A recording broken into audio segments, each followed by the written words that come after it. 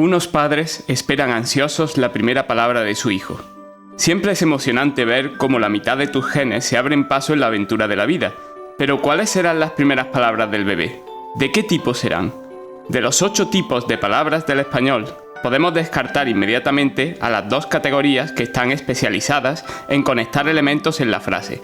Puede que el bebé diga papá o mamá, pero difícilmente dirá papá y mamá. Y mucho menos aunque, porque o un sí condicional. Tampoco es probable que use pronombres o determinantes, pese a que los escucha constantemente. La mayoría de los niños incluso tardan tiempo en darse cuenta de que los pronombres cambian según la perspectiva. Por ejemplo, cuando mamá o papá dicen ¿quién quiere tarta?, el niño a menudo da saltos de alegría diciendo tú, pensando que se refiere a sí mismo. De las 4 palabras con significado léxico, es decir, sustantivos, adjetivos, verbos y adverbios, podemos descartar inmediatamente los adjetivos y los adverbios, ya que antes de hablar de las características de los objetos y las acciones, debemos aprender a hablar de los propios objetos y las propias acciones. Es muy difícil que una de sus primeras palabras sea lamentablemente o probablemente. Incluso los verbos tienen un pequeño punto de abstracción porque, cuando oyes por primera vez el verbo comer al lado de una cuchara, ¿cómo puedes saber que comer no es la palabra para el objeto cuchara? Así que, por eliminación, nuestro pronóstico es que el primer tipo de palabras que manejará el bebé serán los nombres o sustantivos, ya que el mundo está lleno de objetos y, de alguna forma, los sustantivos son las etiquetas de dichos objetos. En este vídeo vamos a estudiar algunas características básicas del sustantivo. Bienvenidos a Lecciones de Lengua y Literatura.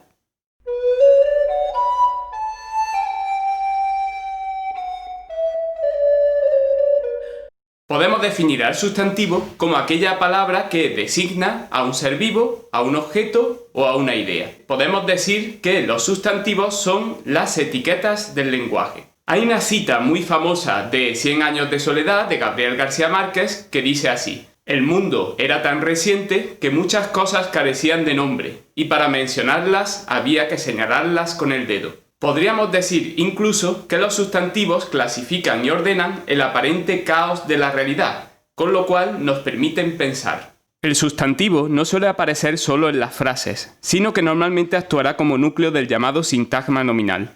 En español, la mayoría de los sustantivos, especialmente si van en singular y con función de sujeto, necesitan la presencia de un determinante a su izquierda. Al mismo tiempo, su significado puede ser matizado o delimitado por un complemento del nombre o modificador, que en su versión más simple suele ser un adjetivo. Como si se tratara del famoso juego llamado ¿quién es quién?, cuantos más complementos tenga un sustantivo, más preciso será su significado.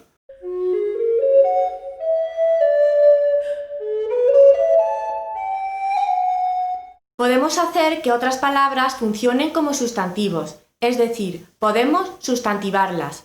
El método más sencillo para hacerlo es colocar un determinante a su izquierda. Así, por ejemplo, si añadimos el artículo definido neutro lo al adjetivo barato, lo sustantivamos. De esta forma, le permitimos funcionar como sujeto de una frase. Lo barato sale caro. A veces lo barato sale caro. Lo barato sale caro. Incluso lo podemos hacer con verbos, como en el anuncio que decía el frotar se va a acabar. La ropa de los niños, antes de meterla en la lavadora, hay que frotarla a mano. Con todo lo que tengo que hacer y encima frotar. El frotar se va a acabar. Otras veces nos basta con poner comillas para indicar que nos estamos refiriendo a la palabra como palabra, es decir, con una función metalingüística.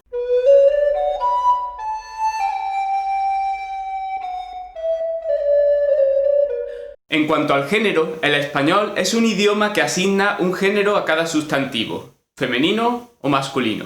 Por ejemplo, la luna es femenino y el sol es masculino sin que realmente haya ninguna razón para ello. Es más, hay otros idiomas, como el alemán, en donde es justo lo contrario. Der Mond, masculino, y die Sonne, femenino. Algunos sustantivos referidos a seres vivos tienen forma masculina y femenina, generalmente con el cambio entre los morfemas flexivos o y a. A veces, la palabra puede cambiar algo más, como en actor, actriz o héroe, heroína. En el caso de algunos animales, El masculino es completamente diferente del femenino, como es el caso de toro y vaca. Generalmente, esto viene por el uso muy diferente que se ha dado a estos animales según su sexo. Otros sustantivos son epicenos, es decir, designan por igual a individuos de sexo masculino y femenino. Muchos de ellos acaban en E, como personaje, o en A, como víctima o atleta. En cuanto al número, los sustantivos forman el plural con S si acaban en vocal o con es si acaban en consonante. Algunos sustantivos, generalmente por acabar en consonantes poco habituales, se escriben igual en singular y en plural. Así, por ejemplo, podemos hablar de la crisis o de las crisis del euro. Tampoco importa si analizamos una frase o 100 frases. Tanto un análisis como 100 análisis se escriben con una S al final.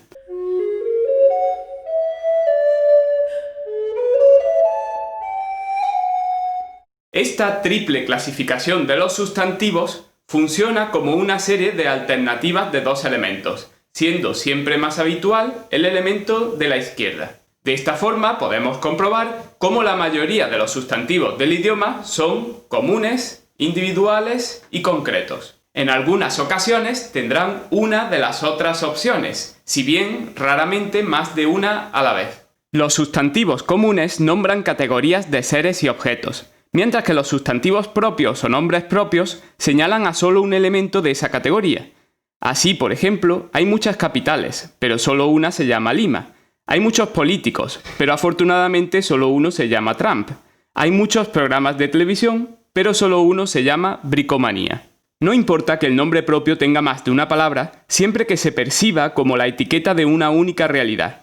Así, por ejemplo, el significado de Ciudad Real no es la suma de sus dos palabras, sino que ambas se funden en un solo nombre propio.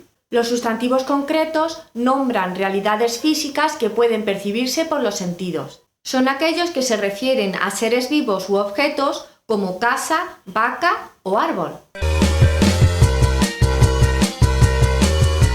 Muchas veces se dice que los sustantivos concretos son aquellos que designan realidades que se pueden tocar, pero esto puede dar lugar a confusiones. El humo, el aire e incluso la luz son realidades físicas concretas, no creaciones de nuestra mente, aunque no podamos tocarlas. Por otro lado, los sustantivos abstractos nombran ideas creadas por nuestra mente. Muchas veces estas ideas nos sirven como herramientas para entender la realidad, pero no existen directamente como objetos de dicha realidad. Por ejemplo, aunque creemos ver la velocidad de un tren, no hay ningún objeto en el mundo al que podamos llamar velocidad. Lo que vemos es el tren cambiando de posición en distintos momentos, lo cual interpretamos como velocidad. De hecho, más de una vez habrás tenido el efecto de ver un tren desde la ventanilla de otro tren y dudar de cuál de los dos se está moviendo, algo que no pasaría si fuera un objeto concreto y visible. De la misma forma, no vemos la simpatía y la inteligencia de una persona como si fueran halos de luz flotando a su alrededor, e incluso dos personas pueden tener opiniones distintas sobre la inteligencia de un tercero. Incluso la belleza es una creación de la mente del espectador.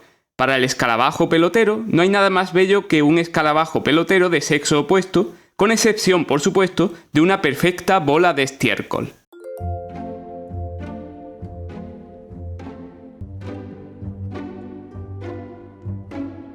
Los sustantivos colectivos son aquellos que, estando en singular, designan conjuntos de objetos, es decir, realidades múltiples. Es importante recordar que lo hacen estando en singular, ya que si no llamaríamos sustantivos colectivos a cualquier sustantivo en plural. De esta forma, una sola arboleda entendemos que está formada por un conjunto amplio de árboles, igual que un ejército puede estar formado por miles o decenas de miles de soldados.